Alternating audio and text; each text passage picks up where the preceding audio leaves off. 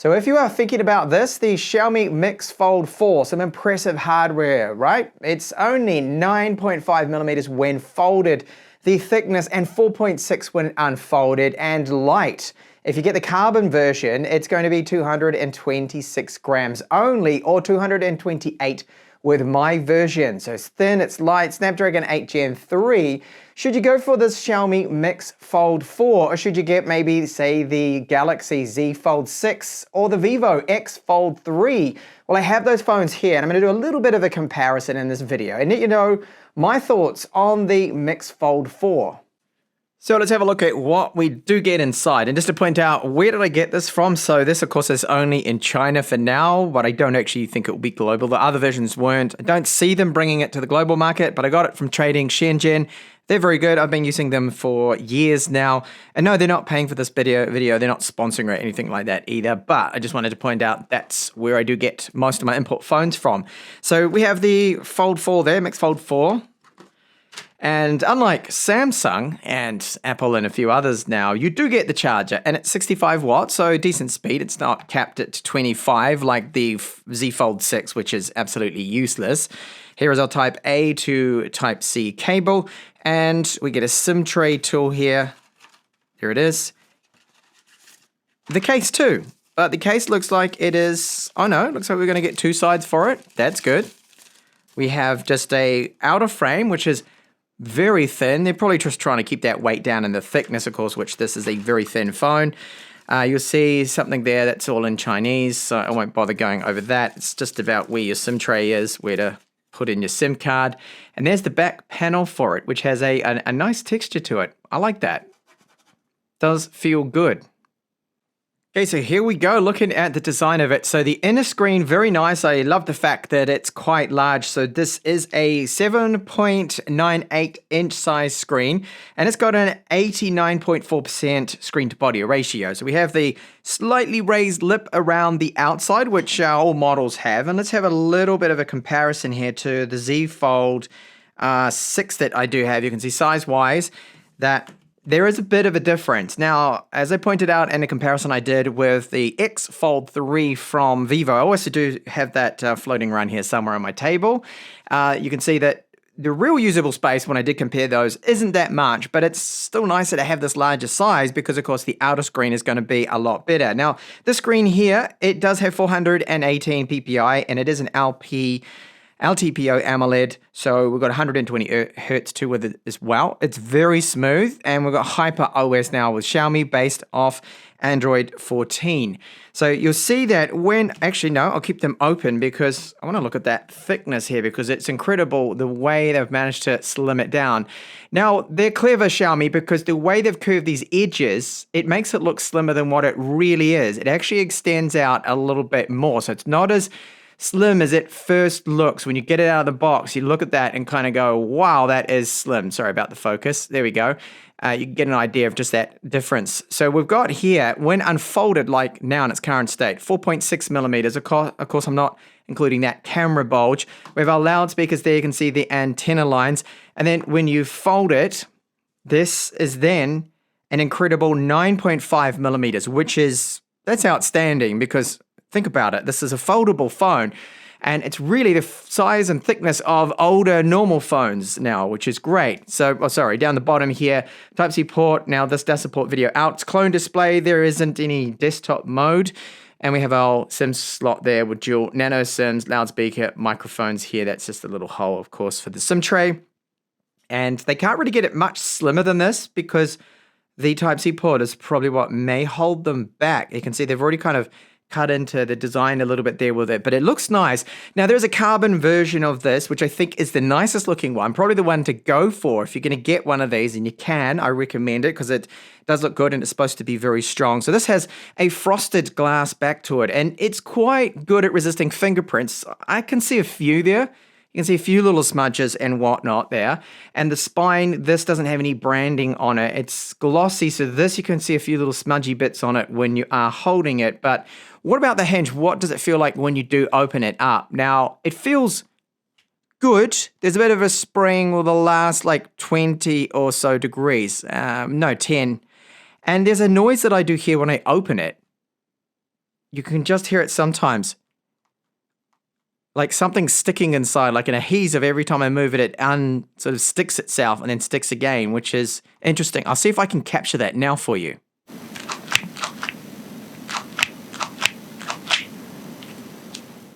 So because of that little noise I'm hearing, it doesn't feel like the highest quality of hinges, but the rest of it, build quality, very, very good. Now when you close it, you get that nice noise to it, which the Z Fold does have too as well. All of them normally have that kind of noise to them because it's flush, that area there. We've got the magnets, it holds it closed. It's the same here with our Xiaomi.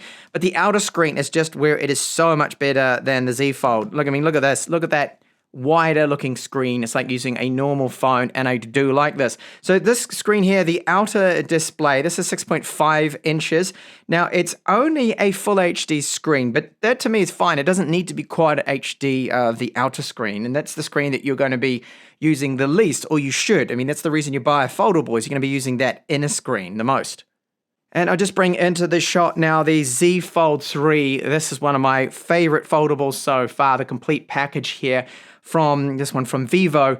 Now, the outer screen on that one is also a normal size too. What does the hinge feel like on this one? It's got a more of a spring when you open it, but it feels good. It also makes a little bit of a noise, kind of like the Xiaomi, but the Xiaomi has like a adhesive, almost like sticking kind of noise with it too that I just picked up on. And you see this one, that has optical fingerprint scanners. That's got the capacitive side scanner, which is very good with the Xiaomi. So these two here, hardware-wise, I think is superior, especially outer screen when you do look at them like that. Now, the crease on these, let's have a look. This is the Fold, which, I'll turn the screen off.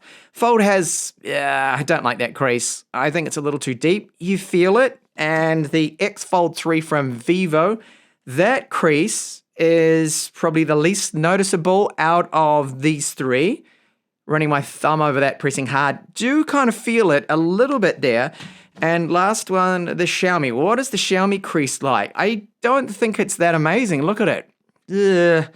Maybe even worse than the Z Fold 6, that crease, unfortunately. But when I run my finger over it, it is a little bit noticeable. Now, this is perhaps due to the fact that it's so slim that they had to pull that crease in a little bit to stop the display from being damaged. It might have been their reasoning behind that. I probably think that is why it has more of a crease. Fingerprint reader on the side is capacitive, and it'll work most of the time. There's a couple of instances, like just then, that it didn't work. I'll do that again. There we go. I don't know why this is happening. I've scanned my thumb twice, probably just because of the early firmware here from Xiaomi. So with the cameras here, it's sort of a strange arrangement for me because they have a 2x optical zoom camera that's 50 megapixels, then the main camera 50 megapixels. Both of them have optical image stabilization. Why I think it's strange is normally 2x digital zoom. You get basically the same kind of quality as using 2x optical. There's not too much of a difference unless you like crop in quite a bit. 5x optical zoom, that is impressive for a foldable, and a 12 megapixel ultra wide. And by the way, that zoom periscopic camera, it is 10 megapixels. And you are able to zoom in quite a bit digitally, and I'll get onto that later on. Now, these cameras support 4K 30, 4K 60, and 8K is just the main camera, but sadly at 24 frames per second only. Now, we have a microphone here on the rear, dual-tone LED flash, and they're Leica, and of course they have their authentic and vibrant color profiles, which you can see now. This is the vibrant profile, very oversaturated. And now the Leica Authentic, which really does tone down on that saturation. The outer camera, this one is 16 megapixels, and it does not support 4K, only 1080p, but it's not a big issue because you can easily just use the rear cameras. You can use the outer screen as your viewfinder, then flip it around, and you then hold it open and face it to yourself like that, with this being your viewfinder. So you can get around that. The inner camera here, which you can see that they've pushed right up into the corner. I like that. I don't think it needs to be in the middle, which is kind of off-putting. It's right there. That's 16 megapixels. And you'll note that there is like this ambient light sensor, maybe, I think that's what it is, right there that you can kind of see, especially in bright light. And it's got a darker little surround around it that you do see. It's a little bit blacker than the screen itself. And you do see where the crease is, a slight darker black line.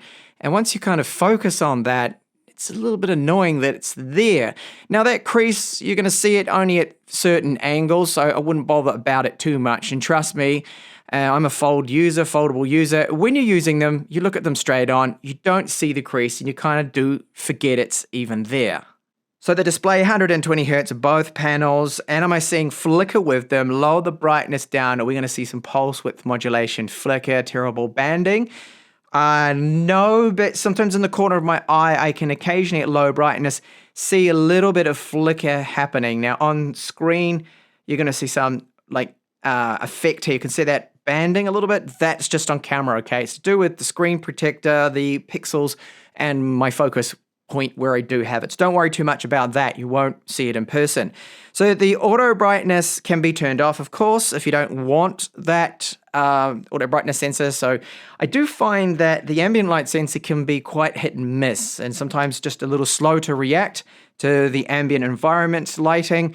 Now the brightness sunshine mode, this is going to help in direct sunlight. Now we've got a screen that in theory can do 3000 nits, but in direct sunlight, it clearly was not 3000 nits. And the longer you use the phone, especially recording video and in a screen, you use it in direct sunlight, the duller it starts to get. And this recording of it was at its almost best point.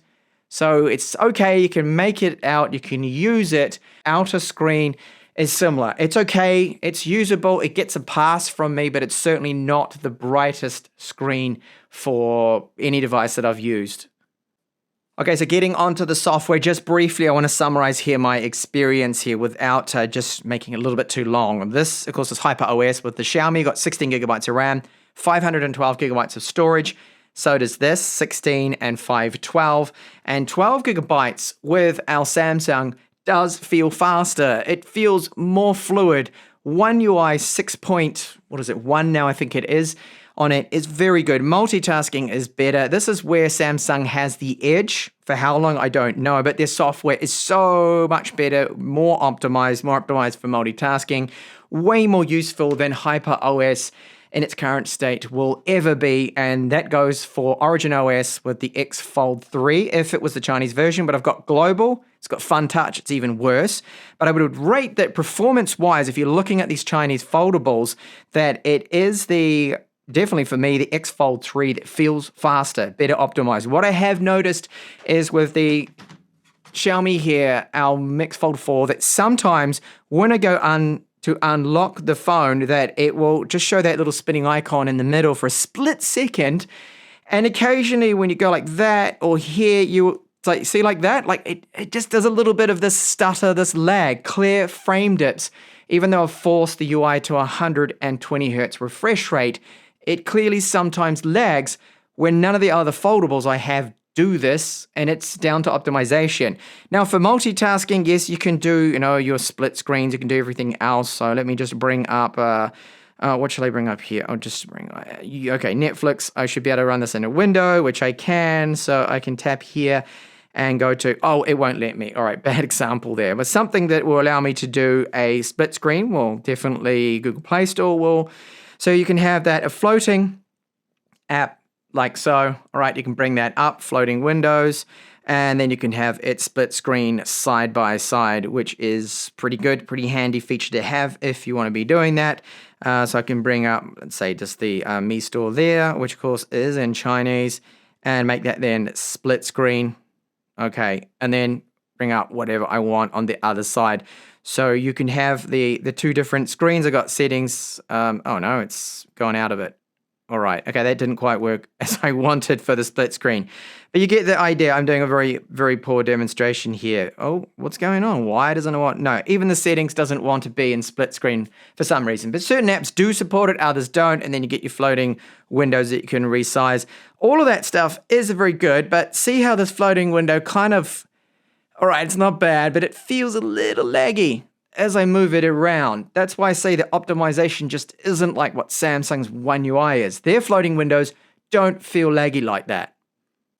Okay, and then the bloatware you get with the Xiaomi, you can see there's a lot, and I did expect this. This is a Chinese-only device, so if we did get a global version, it probably wouldn't be as bad as it is, but there were about 28 different applications that I uninstalled. The Vivo, you get a bit of bloat too as well. And then with the Samsung Z Fold 6, you have Spotify, Facebook, a few other apps there, and they double up on the applications too as well, which is a little bit kind of annoying. Now, there is a big update that came through for the Xiaomi, which I am, of course, on, even though this screenshot tells me that I'm downloading it there, but I've been running that now. Now, we do have a widevine level 1 cert with both of those, and all of them, in fact, of course, the Samsung does have that. And is this going to support then Dolby Vision, HDR properly in Netflix? Well, I will get onto that in just a second. But camera 2, API support on both, so that's good. You also get it with the Samsung, of course. And this is what I was just talking about. So you get no HDR capabilities at the time of this video with this phone if you're going to be watching Netflix. Unfortunately not. But you do get it with our Vivo. That supports HDR10, and the important one for me is Dolby Vision, which I really do like. And I do think it makes a difference to the playback quality, but both are full HD. Of course, the Samsung is also full HD, but I wanted to get on now to battery life. So a big difference in battery capacities across all three of these phones here. And this has the largest. The Vivo has a 5,700 milliamp hour battery. So of course, it got the best battery life out of this test. So it's a fixed test, same brightness across all three devices. Xiaomi fared all right. It's around a 5,000 milliamp hour battery, according to what I'm seeing too when I charge it with Antutu and the battery capacity that it calculates. So that's not bad. They're all better than this. The battery life, I think, is terrible for this model here, our Z Fold 6, because it's only a 4,400 milliamp hour battery. So a lot smaller than these two other Chinese phones. So superior hardware, superior charging rates, which you can see now charging. This one gets the win here, our Vivo, with 100 watts, 26 minutes to fully charge. The larger battery even there from 18% to 100, and 56 minutes for our Xiaomi Mix Fold 4 to fully charge. From when I did my test, it was at 17%, 56 minutes. It's okay. The Samsung, as you'd imagine, takes a bit longer. There we go, 20 minutes longer to fully charge, even though it has a tiny battery. Usable capacity that it calculated here is just over 4,200 milliamp hours. This one here tells us that it's almost 5,000 milliamp hours, and this one just over 5,000 for estimated capacity. But due to the fast charging, it normally actually does get this calculation wrong, so I wouldn't worry about that figure too much there. Antutu scores, big difference. We're looking at almost, 20,000 more points here. 200,000 more points, sorry, with our Vivo, okay? Same chipset, Snapdragon 8 Gen 3, 8 Gen 3, 8 Gen 3, 100 megahertz faster clock speed with the Samsung, but it's the slowest with this benchmark because Samsung loves to throttle a lot, especially the GPU performance you can see is way down compared to the other two Chinese phones here. So that is the difference that you can get between them, but beware with the Xiaomi because this will happen. And why did that happen? So device overheated. This is something that is not good at all to see. So I tried to do the wildlife extreme stress test, but Xiaomi's known for, well, how do I say this? Faking things, maybe. Well, it's not fake, but what they will do is get it to push the thermals really high to start with when the phone is brand new. I've seen this with the Chinese firmwares, and that is so you can get really high benchmark scores, but it doesn't like it for longer than 5 minutes. So most benchmarks aren't more than 5 minutes long. It overheats. I can't even finish wildlife. And no, I'm not making this up. It would seem like I was, and I really wish I was, but it's failed there big time. So storage speeds, you'll see here that there is a difference between them with the storage speeds, that the Xiaomi is the fastest, 512 gigabytes of storage, 512 on all of them, and they are UFS 4.0, so it's slightly faster there, and getting almost towards 4,000 megabytes per second sequentials. This is 3,500, and sorry, wrong screen. Here we are, 4,000. So hardware-wise, yes, the Chinese brands tend to push that performance quite a bit more. There's not really that much in the important figure, which is our random access on the two Chinese ones. Really good, but look at, what are you doing, Samsung? falling well behind. I mean, that's like half the read speeds there. And do you notice that in use? Well, actually you don't. This synthetic benchmark really does not matter at all. Okay, so haptics is one area I wanted to talk about. I don't often do it because normally it's just boring and there's nothing amazing about haptics. This haptics here, very nice strong pulses that you can almost hear like a clipping or clanking sound inside. That adhesive type kind of unsticking noise that I hear when I unfold it, you almost hear that. It's almost as if there's something kind of a little bit loose inside the phone, but well, giving it a shake, you can kind of hear it. Maybe it's the haptics causing the camera ISO, the OIS, sorry, to vibrate within it. I don't really know, but the haptics does get a thumbs up from me as being quite a good one. Now, you see that with any videos you're going to play, that 16:9 content, of course, you will get a border. Now, this is typical of a foldable because of the aspect ratio. So if you decide to hold it like so and you go, okay, yeah, I want to enjoy this in full screen, well, you're going to have this big border top and bottom, and really you're not getting that much more than a non-foldable phone. But for websites, ebooks, PDF files, everything like that, and the UI, you're going to get a lot more usable space. So that is where you get some benefit of it. Now, you can use this in a flex mode if you want to do so. So I could decide now to start typing there in the comments. Okay, and that's going to be fine. You can watch the video at the top. It's all pretty straightforward. Yeah, they copied Samsung on that one. Of course they did. They copied the whole format from Samsung. All of the manufacturers did. So let's have a look at sound then. The audio you can get out of this. Now, call quality, this is after all a phone too, has been fine. No issues with call quality. And the loudspeakers, I am going to do a comparison now to the current champion of foldable loudspeakers, and that is the Z Fold, okay? The Z Fold 6 loudspeakers, pretty impressive for a foldable, and we'll hear how both of them do sound. So first up, I'm going to play a test track with the Mix Fold 4.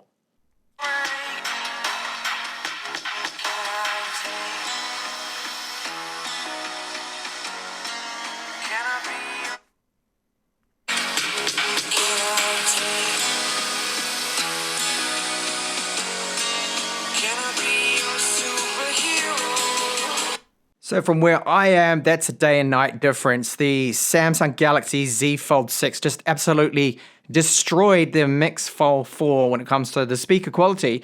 Now, the Mix Fold 4 speakers, the Mix 4, I think here, they're not bad. They're okay. They just aren't as punchy, not as rich sounding as what Samsung has managed to do with that Z Fold 4. It really does have fantastic speakers in it. To those cameras, and first up, video quality with our Xiaomi Mix Fold 4. So this is the outer camera, 16 megapixels. The inner camera that cut out that I did show you is exactly the same, and 1080p only. The quality is alright for 1080p video. It's not bad. Xiaomi's normally very good at 1080p video, but of course if you want 4K and you want to vlog, well, you have to use the outer camera, and of course you can use the outer screen as a viewfinder, which I'll do now. And this now, as you can see, looks a lot better. So we get, with the 50 megapixel camera, optical image stabilization, electronic. I can also go over to the ultra wide if you wanted to fit a lot more in. I'm still shooting 4K. So to look at the viewfinder then, I just tap here. There we go. So that is now the ultra wide. You get so much more in the shot. And the stabilization here, being electronic, seems to be pretty good. Audio, maybe I'm blocking the mic. I hope I'm not. And I'll just spin it around now. So unfortunately, when you turn it around and you slide and swipe on the screen, it will end the recording. So this is the main camera again, 20 megapixels. You got 2 times, that's digital. Still seems to be all right. You got 4 times now. That doesn't seem to be using that main 50 megapixel camera. And then a 5 times optical periscopic zoom camera now, which should be a lot better. So that is 5 times zoom. Stabilization, what do you think? There's a little bit of wind, so we're probably going to be hearing some poor microphone quality, as often the case with Xiaomi. I've found their wind filtering is nowhere near as good as Samsung.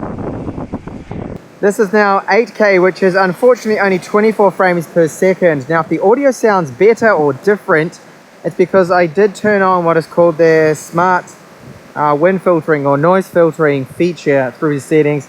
I turned that on. Now as I pan around, stabilization's good, but 24 frames per second, those missing 6 frames to me makes this footage look choppy, and I really hope that Xiaomi will add 8K 30 frames per second option to their phones, which they just don't seem to want to do. And onto those cameras. So stills indoors, they are okay, but a bit of noise to them. Outdoor shots like this one using the Zeiss Authentic profile, I find the shots to have almost a bit of a vintage look to them. That's just the Leica look. You either love it or you hate it. Portrait photos with our Leica portrait mode. The skin tones look alright, stitching could be a little bit better. And note the exposure of the grass here, not so good. And when you do use the 2x portrait camera, it's a nice looking image. However, there is a little bit of grain, maybe perhaps a bit of sharpening too that's taking place, a little bit over sharpening here. When you do crop in, it's more noticeable. Ultra wide shots are fine, something similar to the look of what you would get really out of the Samsung Galaxy Z Fold 6, being 12 megapixels, it's the same megapixel count. And if you don't crop in to say 200%, then it's a definite usable, good looking photo. And for a foldable, definitely the zoom is one of the strengths there at 5 times. That's a 1-time shot. This is now 2 times. It's a 2x optical camera.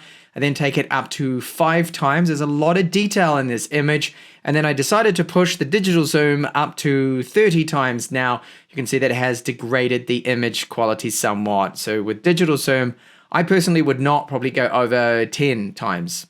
But overall, I'm impressed with this 5x optical zoom camera. Can get close to your subject. It's great for scenic shots, plenty of details, especially this shot where you've got a lot of bright sunlight during the day, very clear. It came out really good. So many details captured. Haven't been really that impressed with the low light shots, and it could be because I've come from the X Fold 3 from Vivo. These ones you can see just a little bit overdone. They're a bit blurry and muddy looking shots, just not really that good.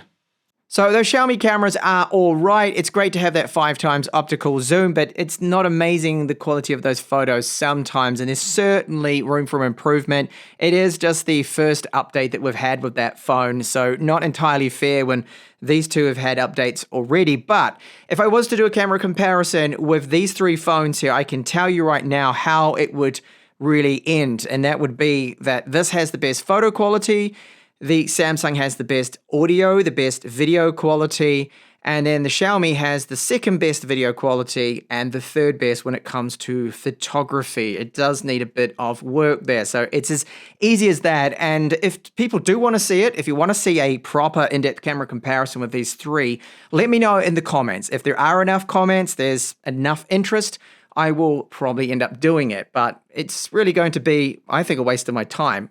I already know the results and just told you.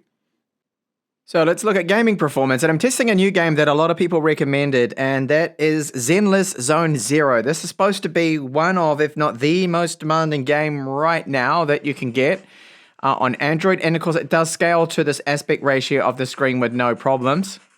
I have noticed a few frame dips. You just saw one just then. So, and another one, which is surprising. Whoa, a lot of lags, in fact. So this game, yeah, very demanding. This is running worse than Genshin Impact that I typically test out, because it's a very popular game, and it's from the same developers, this. And then after gaming for almost 28 minutes, this happened. Device overheated, not good at all. And it's just what I saw when I tried to run 3D Mark, how it wouldn't finish. I told you before, after around 5 minutes it would overheat. But gaming, what takes about 28 minutes, this is happening. So Xiaomi needs to throttle that chip a lot more than what they're doing currently. So certainly when you look at all the specs, the weight, the slimness, the charging speeds, the battery capacity, 5x periscopic optical zoom camera, the Xiaomi Mix Fold 4 is absolutely amazing, the hardware side of things. And I've said this a lot with my Xiaomi reviews. Believe it or not, I'm quite a big Xiaomi fan, and I love what they're doing, especially with the hardware. But for a foldable, the software is certainly lacking. It's lagging behind, and it's the same with other Chinese brands. If you have seen my reviews of their foldables, we still can't beat, or they can't beat, One UI from Samsung is still just way more optimized for foldables. This is lagging behind. It's got an overheating problem with my unit here. And then of course, you don't have Android Auto, and look at those frequencies and bands, because I believe this does have close to a global modem with it. I mean, I'm getting 5G, 4G, no problems with this unit, but do check and confirm with your network, with your carrier, it's going to work all fine. So do I regret buying this phone? I mean, I do and I don't. The hardware's really great and been so fun to test out, but at the same time, I do have that buyer's remorse going, oh, typical Xiaomi, you know, I should have known. In fact, I could go into this blindfolded almost and review it, because it's just like the Mix Fold 3. The previous model was the same thing with the software, and I believe it also was overheating too as well. So yeah, I really wish they would do something about that. Just dump HyperOS, MIUI, they've kind of renamed it anyway, it is HyperOS, and just start with something fresh. Do an Oxygen OS or something. Come on, Xiaomi. Anyway, if you want to see a foldable that has better hardware than what Samsung's offering, but still the software is, you know, not great, but the best cameras, do check out my review of the Vivo X Fold 3 Pro, because this phone here, I think, is so far the one to beat. And of course, we do have the Magic V3 from Honor coming soon that I will certainly be covering, and perhaps have a camera comparison, maybe with the Xiaomi, maybe with all three of them. So stay tuned for that.